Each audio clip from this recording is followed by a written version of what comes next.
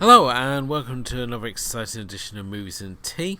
I'm your host as always, Elwood Jones. Joining me of course is my co-host, Miss Kim Lowe. On Hello. tonight's episode we continue our evaluation of the filmography of Hayao Miyazaki, the founder of Studio Ghibli, as we look at the next film in his filmography, 1986's Laputa, Castle in the Sky, a film which could be seen by many as having many of the trademarks that we now come to associate with Studio Ghibli, as well as being a much more ambitious work, dare we say, than Nausicaa Valley of the Wind, as we see improvements in both animation and in terms of storytelling as well. But before we get into that, so Kim, I mean, Castle in the Sky, it's a weird one for me because I feel that I should love it more than I do.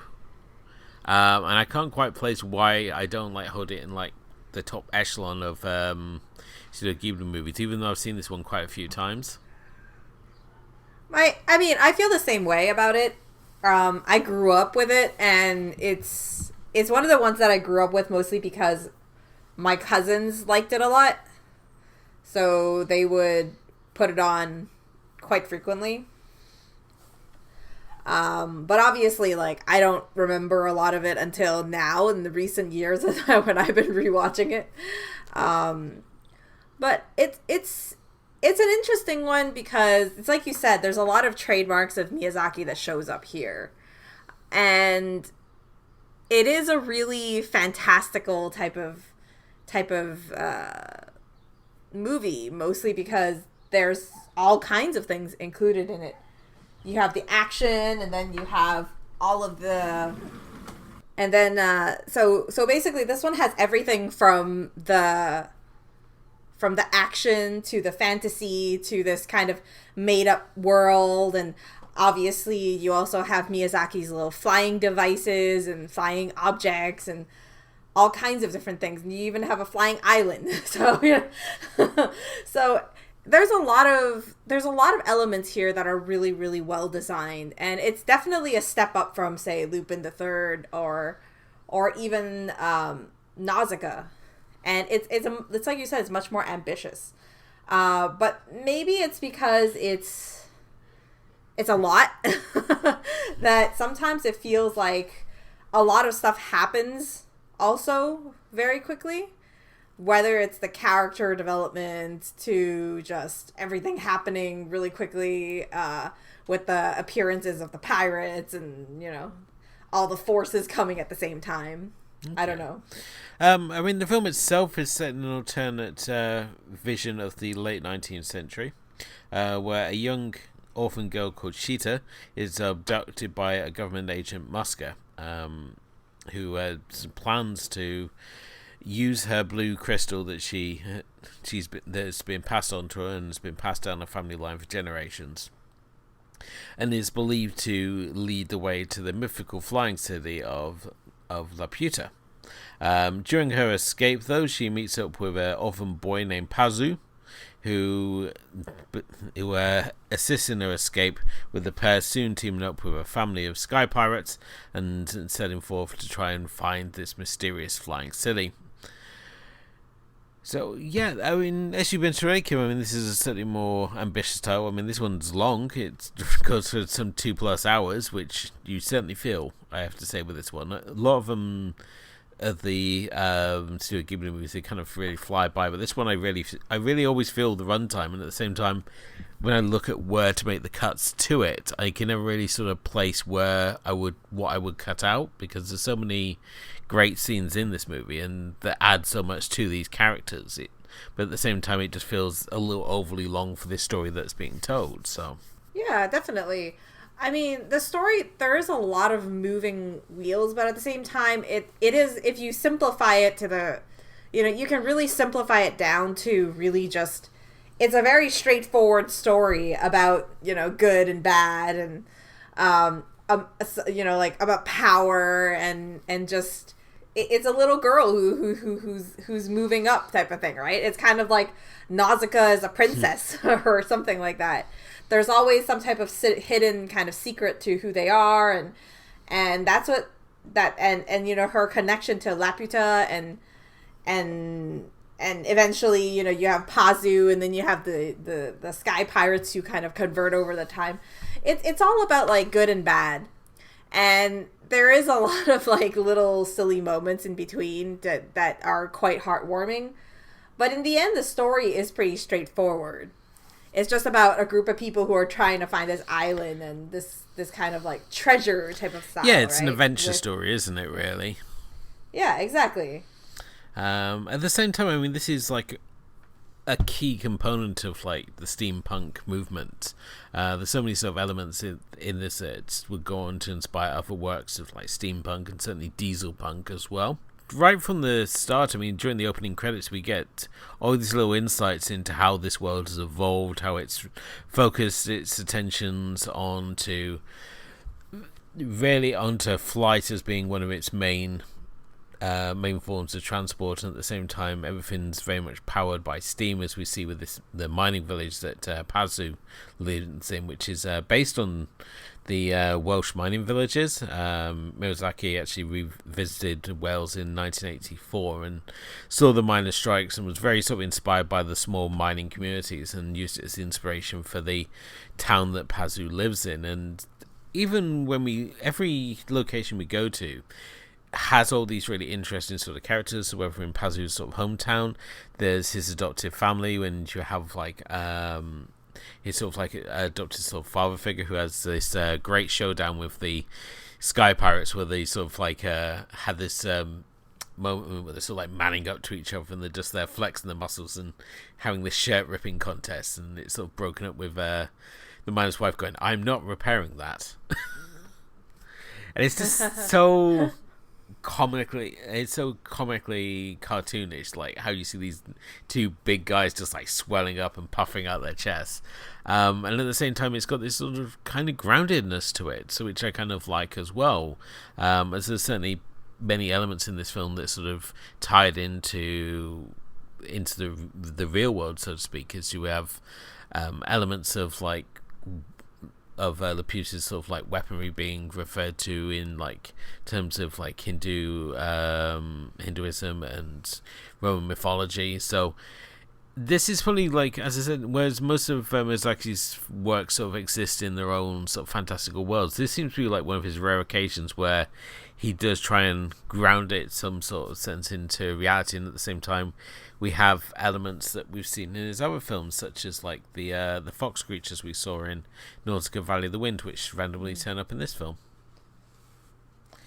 So it's kind of fun when you look at this and you look at characters or certain creatures that like turn up in other films in the Ghibli world, such as like when we see the soot sprites in My Neighbor Totoro, who then turn up later in Spirited Away, and we can look at the engineer in this one and how he's basically the basis for the boiler room guy in Spirited Away as well. So yeah, I mean it is pretty nice that, you know, when we look at Studio Ghibli as a whole, you really can see that kind of world overlapping, even though it's not the same thing that's going on.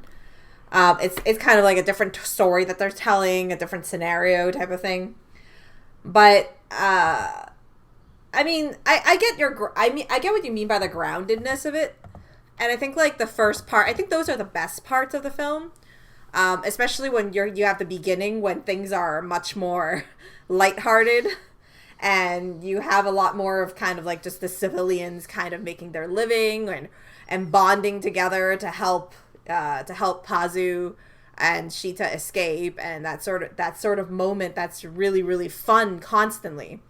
And that still is apparent thanks to, you know, the whole air pirates type of scenario, because they also have this kind of double side to them, which is it's much like the mom character, which shows up a lot as you go further down into other films that he makes, which is kind of like a witch character or some other character who initially feels like they're bad, but they end up kind of changing their stance.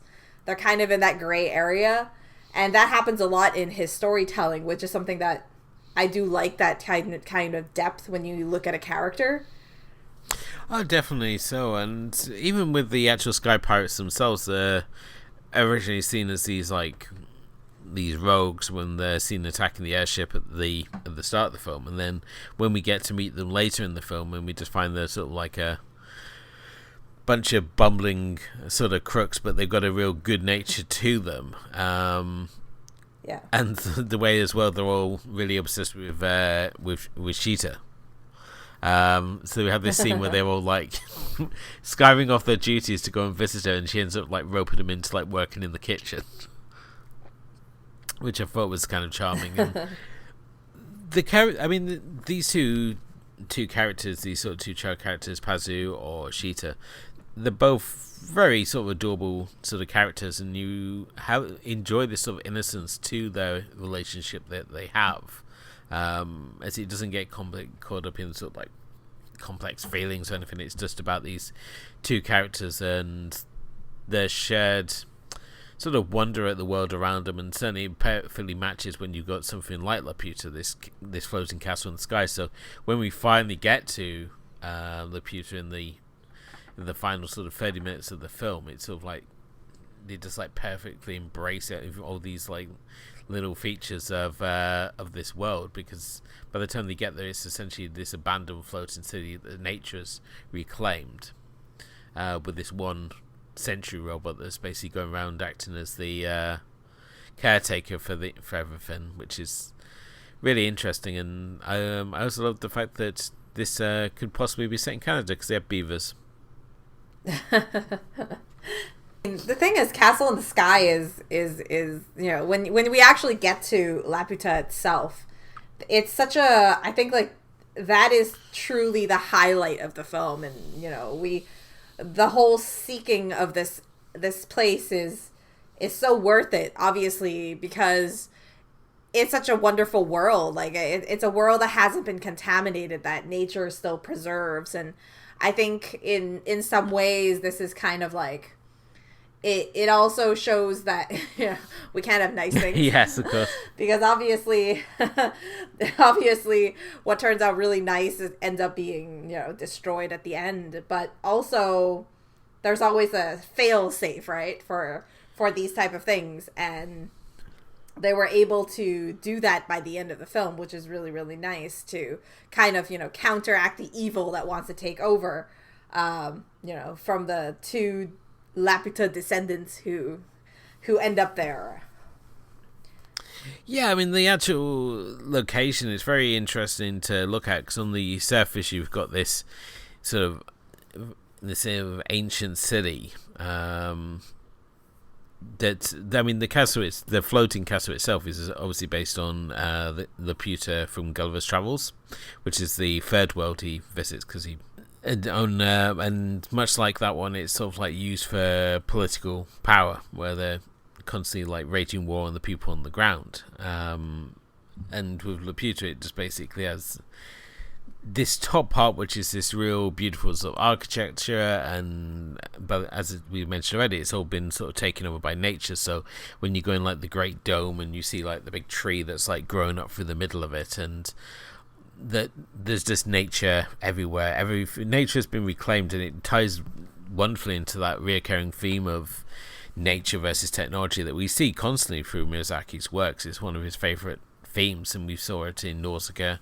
We obviously didn't see it in Castle Cagliostro, but certainly with this one, it's a chance for him to sort of like when we leave things alone, nature just reclaims it. And again, by the end of the film, when we remove the technology element of it, and it's just left as the castle, and it floats off, because we're not supposed to have it, so it reclaims itself, which I thought was pretty poetic. So for sure. I mean, the film itself is really well designed. I think the Laputa itself is such a wonderful location to discover, and the amount of time they spend, just doing the different shots of it as we approach, and even as we distance away from it after everything that happens for the big finale of the film. you kind of go back, you kind of like see that there's so much detail. And I think this is where a lot of the details come out is just the design of the whole floating world. And then as you go in, you just think it's like, it looks like it's so simple. And then you realize that there's so much more, especially when Sheeta and obviously the villain here, Muska, ends up going inside. And, you know, despite everything, you see the contrast also in the characters just by how they treat this world. I mean, Muska obviously is just, you know, he's overcome with greed and the lust for power and that sort of thing. So he is just really, you know, ripping through everything and destroying everything that's there. Whereas, you know, Laputa, right from the beginning, she's already trying to defend what's, you know, the world there, as she, you know, obviously with and that, you know, has the first encounter with the yes. robot. Yeah, I mean, the robots themselves are really charming creation, the Century robots. They got the big long arms and sort of gangly limbs. Yeah. And we see it if you play Overwatch, the character Bato, who's a big robot, he has a skin where he's basically he looks like one of the Century robots from this film. He's covered in like moss and things. So, and even the Century robots have been reclaimed by nature in this film. We see them, they're covered with moss, and they cover the animals run around them and stuff. So it's kind of nice of them. And they've got, even though they don't speak, there's a lot of personality to those robots. It has to be said. It's the sort of thing I wish someone would make like a big statue of somewhere. So it'd just be really cool just to have it in like the middle of a garden somewhere. Just this big robot statue. I always thought so. Yeah, that would be pretty neat. That's my my future plans. That I'm gonna get a giant Century robot for my garden. Love it when you see drone cam footage of like abandoned theme parks. These areas that have been sort of abandoned and nature's reclaimed them. I always love seeing how things are just taken back, and I think with Laputa, it's just this classic example of it. It's sort of like all the people that are there and have basically abandoned it, and all the sort of secrets, even the secrets are like hidden deep within this city, are being reclaimed by nature, as we see with Muska, who's sort of like frustrated the fact that the roots of the tree have like gone down into the main sort of control room, and there's just like grass growing everywhere. So, because normally when we see these sort of like ancient sort of control rooms, they're always like in such pristine condition, but which makes it kind of interesting when we look at Miyazaki's vision of these worlds, and it's sort of like, no, if nature's going to reclaim this sort of site, then it's going to reclaim everything, so these roots would obviously be right down into it. So it surprisingly made it like one of the more plausible aspects, because there's certain really unplausible aspects in this film, many involving Pato squeezing through things or firing grenades at point blank range and not being blown up. And it's like when you see him like hanging off the side of the pillars underneath the castle, or when he's like hanging on the vines and stuff, and it's just like these sort of implausible, like Uncharted style moments of action. It just makes you wonder, sort of like, you have to really sort of let the plausibility go, just like the sheer that this little kid from a mining town is able to hang off buildings and clamber around crumbling structures with ease. He goes like full on chimp mode towards the end. So, well, I mean, I think that a lot of that has to go with the fact that this is still an animated film. So part of it is geared towards kids. So it still gives you that room for imagination and, to believe that this stuff exists and that it's possible, believing the impossible and that sort of thing. And I think that because of that, a lot of times like those like plausibility situation is a little bit more forgivable, at least for myself. Like, I don't look at the film and be like, oh, wow, how is he able to do that? Well, no, I mean, obviously, well, like, there was one scene in this one where he ends up in this, like, he gets rebounded off, and then he ends up in this, like, little metal tube holding onto the slit by his fingertips type of thing, right? And you're just thinking, like, in normal situations, this is a slide. You would just slid right off. And then on top of that, adding to it, there were these robots sliding out of it. And he sees that, and he just kind of, like, maneuvers around it, you know? Obviously, that's not plausible in any way, because just right from the start, you're not that, and it's hard to believe that that's even possible to achieve. But at the same time, I mean, I think that when you watch something like this, I guess the imagination of it is really nice. And I mean, it's a bit of a movie magic where you kind of get to, you know, animated films give you the possibility to believe in something that you normally wouldn't believe exists, especially when you're looking at, you know, Miyazaki movies, especially as we go further into his catalog. We're going to be heading into a lot more things that are much more just, you know, fantastical, and things that wouldn't really exist. You know, obviously, you know, when you talk about plausibility, you're not talking about fantasy. But at the same time, like, I believe it's a little bit more forgivable just because it's animated. Yeah, I mean, it does obviously give you that sort of freedom to play around more with the implausibility. I suppose if we were to obviously look at this in a live action, it would be more jarring because it would obviously be CGI. And I think this is the wonderful thing about animation, is the fact that you can do things like this and you don't really question it as much.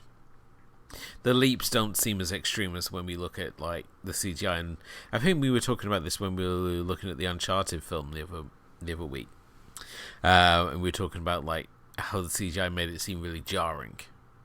Yeah, for sure. I mean, it's you know, the world right now with films like, you know, the Fast and the Furious franchise, yeah, another prime like example. that. When you're talking about real life action, or even like any, you know, Dwayne Johnson action film that you can think of, it's basically, a lot of it is it's just trying to, what is it? What do you call that again? The sense of disbelief. I can't remember what the exact plausibility. term is. And, well, not plausibility, but there was some other term that people used to say when the Fast Furious thing was, especially with that airplane scene that took like 15 miles to finish. The never-ending, you know. But yeah, but no, I mean, it's just like making people believe. Like, it's just the suspension of disbelief. That's what it is. Yeah. And that's the thing, is that I think when you talk about movies like this nowadays, a lot of it is anchored in that sort of mentality. And that is a lot of times the blockbusters that we end up seeing, or just, you know, the really big budget films that we see. They might not be any, like, quality cinema, but the entertainment comes in the fact that you have that suspension of disbelief. But people forget that, you know, you can have that same thing when you're watching films like this one, which is animated. And I don't know. I mean, it's just like, I don't know. I mean, I don't have a big issue in believing in, like, having that suspension of disbelief like other people do. I mean, I do like the Fast and the Furious franchise quite a bit. So, I don't know. I mean, I think maybe that it just depends on the person, right? When we talk about this. True. I mean, let's just quick look at the voice cast here. I mean, this one's got a really interesting voice cast. Anna Paquin plays Sheeta. James Van Der Beek plays Pazu, who's unrecognizable here. And Cloris Leachman played Dora. And Mark Hamill gives us sort of like Joker light with his Colonel Muska. Whereas we also get Jim Cummings as the general. Jim Cummings would be really well known if you watch a lot of Disney movies or Disney things. Then his voice will be really recognizable. He does Pete on the Mickey Mouse cartoons. He does Tigger and Taz and Monterey Jack in Rescue Rangers. I was the whole time, and was every time the general's on the screen, I was just trying to place where the voice was, and it's like, oh, it's just Pete from Mickey Mouse and the Goofy cartoons. So. Well, I mean, you even have like Mandy Patinkin, which who I guess his most, if you don't know him from Criminal Minds, then you would know him from his very early role in Princess Bride. Yes, he's in Princess Bride. He was in Dead Like Me. Apparently he was also in Dick Tracy. Don't know who the hell he was in Dick Tracy. He was 88 Keys. I have no idea who that was. That movie, but that's another movie for another day. That's insane, that film is. So, but yeah, it's a really interesting cast. I mean, obviously Mark Hamill here doing his second Ghibli performance here, and I think this time it's a little more obvious. And I think just because it's so close to his Joker voice, even though he's reportedly based it on David Hyde Pierce when he came to like finding the tone for the role, but I think he's suitably villainous here, especially in his ruthless pursuit of power, which he obviously believes that Laputa gives him. More than willing to drop a whole army out of the sky, as we see in probably one of the most jaw-dropping sequences of the film, and it's up there with the two crush deaths we get in Castle Cagliostro. You remind yourself, oh wait, these aren't supposed to be kids' movies. We just watched them a lot as kids because the fantasy and the whimsy of it all, but Miyazaki does have his dark moments, much like Jim Henson. Henson, yeah. Yeah, Jim Henson. When you look at like Dark Crystal and stuff, he has his dark moments as well. Yeah, but I mean, that's the thing, is it's hard to say. Like, I grew up with Miyazaki because there wasn't a whole lot of choices, I guess. When you're younger, you either, if you were into the American stuff, it would be Disney, obviously. Or, what's the other one that did, Fievel, like Don Bluth cartoons. Yeah, and Don Bluth, right? But then, if for myself, I grew up in an Asian household, so your go-to is these Chinese dubbed Miyazaki films. Which everybody grows up with. So to us, to me actually, even watching it in Japanese is always kind of like weird. I kind of prefer it in Cantonese, mostly because that's the version that I've always grew up listening to, especially the older ones.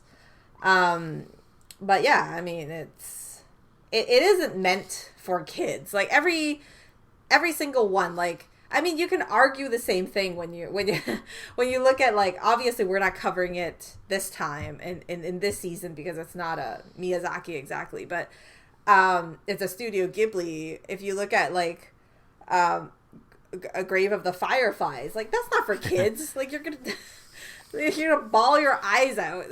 Yeah. It's not like a light-hearted adventure. I mean, Grave of Fireflies is rough, but if you watch like Barefoot Gen went certainly a lot harder than Grave of the Fireflies did. Yeah. And it was weird that you obviously got to grow up with these. I didn't get to see these till I was in college. This was in 2000 that they sort of started making their way over to the UK. They just seem to like be like the secret handshake. When you'd hear about people talk about like Kiki's Delivery Service and like things like Fruits Basket, and we had, unless you had like a hookup for tape trade, then you never got some because they came over here a lot later. And which seems weird now, since like they're so embedded in sort of like modern culture over here, and I think it was really Spirited Away that's really helped sort of push for them all to come across. I think Spirited Away, because I want to say Spirited Away won the Oscar. That saw them all being picked up for distribution in the UK, because it was all like, oh, well, what else have they done? So we finally got to get like proper copies of them shortly after Spirited Away came out. So that's distribution for your kids. Constantly screwing the UK over because distributors hate the UK. As we saw with Everything Everywhere at Once. Yeah, well, I mean, it's just, I think that a lot of this stuff, even because it took so long to get here, that there's still a lot of people who don't really know what Studio Ghibli is. I have talked to many, many people who do not know what Studio Ghibli is. Or Miyazaki, or haven't heard anything about these films and stuff like that. And it's kind of sad, sometimes I think, because these are such treasures. I think that they finally made it over, and still it's not exactly like a lot of people know about it. Yeah, maybe it's just a generation. I don't even. This is the thing, I'd say it's a generation thing, but then again, I'm sure that there's a whole bunch of millennials who really like Studio Ghibli movies because, again, there's so many aspects of it that are in the pop culture. I mean, even like Totoro turns up in Toy Story.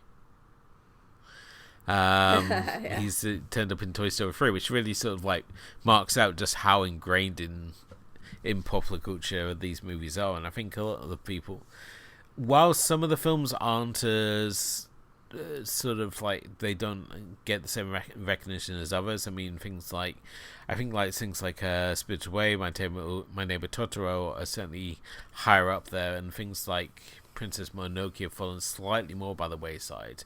Certainly Pompoko, it's nobody ever talks about that. Like My Neighbors the Yatamaras, or The Cat Returns. Nobody ever talks about these ones, and they're great movies. Yeah. So I think it's all about the characters that happen to be in them. If there's something that is recognizable or sparks some sort of feeling in people, then I think those ones are the ones that tend to be more in the public conscious than the ones like this one, which are a little more grounded, even though I suppose I do occasionally see that Robot Century turn up a few places. So I think that Castle in the Sky is actually pretty well known, in comparison to the other movies, but it's just because of age that it maybe falls short a little. Possibly so. I mean, it's like nobody talks about Nausicaa exactly, do they? So yeah. And just like trying, and much like again Porco Rosso, nobody really talks about that, and Porco Rosso is great. So I think it all comes down to, like, there's some character or something that people can latch onto, and I think the more fantastical ones are certainly the ones that tend to have that, where these slightly more grounded sort of adventure stories that don't often have those elements to them. I would agree with that. Yeah.